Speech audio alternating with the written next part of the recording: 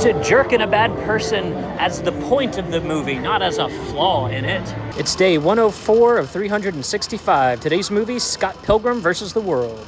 There's no battle of the bands between monthly discussions around movies or daily movie picks. You get both over on Stub Movie Club with a whole lot more. Discover more in the link in my profile. This movie's directed by Edgar Wright, one of the best to ever do it, and it stars Michael Cera, Mary Elizabeth Winstead, and Kieran Culkin, as well as a host of other amazing fucking actors and like half the MCU. This is hands down one of my favorite films ever, definitely in my top 5 of all time.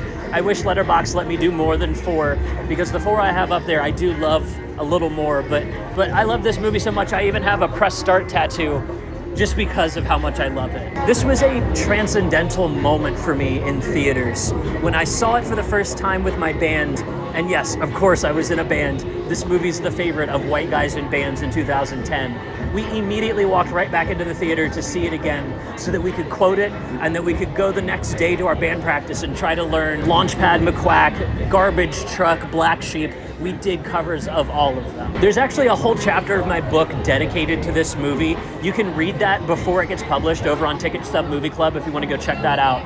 But this movie has just always stayed one of my favorites of all time. I revisit it every single year, and this year's watch was for the Daily Stub Review, and I gotta say, I'm biased, but it fucking holds up. This is a movie about imperfect people learning how to get a high score in the game of life. And I just love it for that. Instead of talking about my 3 favorite things about the movie, let's instead talk about the 3 main battles of the movie, and I'm not talking about the fight scenes. The first battle of this film is Scott Pilgrim versus Knives Chow. Now, this is probably one of the more problematic areas of the movie to highlight. I know people who won't watch this movie specifically because it has an age gap relationship in it. But the point of the movie actually isn't to root for this relationship. Within the original comic, and even kind of within the follow-up series that we get in cartoon on Netflix, the point of this relationship is to show that Scott Pilgrim's kind of a shitty guy. Having grown up in a music scene where the lead singers and musicians from bands were often dating underage people, this is something that was worth highlighting. Sure, they're not the worst person in the world actively, but they're not questioning themselves enough to see that their immaturity is the reason why they're attracted to people so much younger than them and technically minors.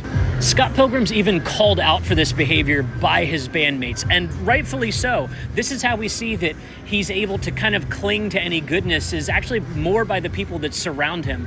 He's kind of using them to mask his own shittiness, and that shittiness is the lesson for his character across the movie.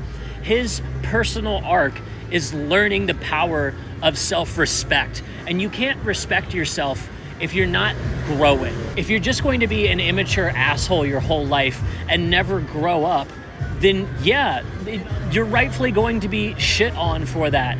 And chasing the things you really want, whether that's your band to blow up or to get with someone that you really like and have feelings for, but they're a little more mature than you, it's going to push you into growth. And Scott Pilgrim's growth is key and important to this movie. It's cool to see a protagonist that's kind of a shitty character. This movie kind of sits in between a like, It's Always Sunny in Philadelphia, where we're just supposed to actively not root for this guy, and gives him an actual arc where he can eventually hit a place that we can kind of root for him. By the end of the movie, we find out that his opposite self, Nega Scott, is a good guy, like genuinely. That is key. That is a really important thing to point out, that he's been the shitty one this whole time. Knives Chow ends up being a lesson for Scott, and she even gets her own arc across the movie, where the fact that she's picked older guys to be with kind of bites her in the ass and makes her fall flat on her face in front of people that she loves and respects. Eventually, she's able to get out from under that love spell, and I love that for her character. By the end of the movie, she's kind of too cool for Scott, if we're being honest. One of my favorite scenes is the cringe of the second time we see them on the Ninja Gaiden Dance Dance Revolution game that they're playing. His inability to break up with her just shows how shitty and immature he is. And this is a person that's genuinely sweet, that deserves the time of someone who genuinely cares about her. But because she's with Scott for what he represents, Instead, she's not going to get any of that. And so there's lessons in there for both of them. These are really human characters in an otherwise cartoonish-ass movie. The second battle that I'd like to highlight in this movie is Scott Pilgrim versus Ramona Flowers. God bless a problematic woman.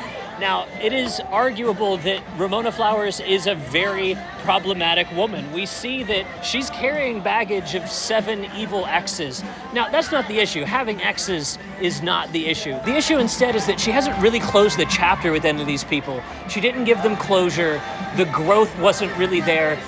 She's almost having her own story happening in the background of this movie. She's not just a love interest in the film, but she herself is given a depthful character to show that sometimes we all need healing in our relationships. Her arc in the film is to overcome this inability, the way that relationships kind of lock her into place and paralyze her. We see by the end of the movie, she's literally being mind controlled by Gideon.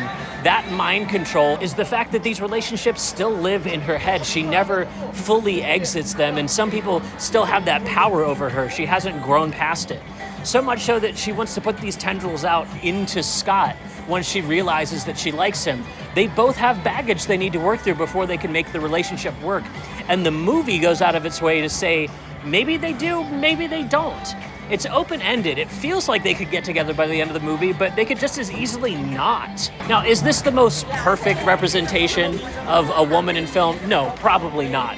But I do think it's important that we have people with flaws, characters with things that they can grow through. Every time I watch this movie, I'm kind of blown away by how much character she's given. We see that she's had many phases and has tried many things. We almost get more backstory on her than we do for Scott. So in some ways, this is Ramona's movie.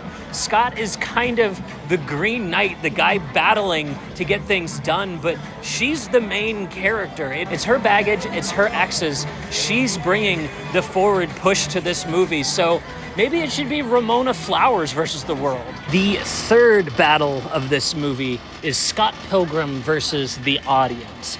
Now, like I pointed out at the top, this movie was kind of designed for me and my age group when it came out. Anyone that was into comic books, anyone that was already nerdy and into video games, but also into rock and punk music like I was, this movie was speaking directly to me. And because of that, this movie wanted to call attention to things that were problems in my current life. The fact that there is still immaturity surrounding gaming. Not that it's immature to game, but that if you're treating life like a game, you're not being empathetic to the people around you. It wanted to call attention to underage dating that was happening at the time. These immature guys couldn't get with girls their age because it was insurmountable to have to work past her baggage, and instead wanted to be with these young women. The movie is calling attention to this, daring the audience to relate to this protagonist, and then pointing a finger and saying, well, if you relate to this guy, you really should be like him and grow the fuck up with him. By the end of the movie, you should be questioning your own choices enough that maybe you are like Scott, and maybe that's not exactly a great thing if so. I definitely felt that. The message was lost on me when I was young, but by the time I was in my early 20s and mid-20s, the message of the movie was loud and clear. By the time I was Scott's age, I was not dating people that were 17. I was lucky that I didn't go for it, but I could have just as easily been like the guys that were in my music scene. And these are guys that now are regularly getting canceled because they didn't learn these lessons. Now, thankfully, Scott's a protagonist, so the point of his character arc is to learn these lessons. And so hopefully the audience that's going to battle here should have learned these lessons as well. I know I did, so that's why this movie's still so near and dear to me. It helped me mature as a person and still see that you can like things like young punk rock and video games as long as you're checking yourself to make sure that you're growing and maturing. But what do you think? Is Scott Pilgrim one of Edgar Wright's best movies? Do you like this one? We're going from stories about young men into stories about macho men, with our next movie being Expendables. And as always, I'll see you tomorrow. Please watch the fucking camera. Oh my God.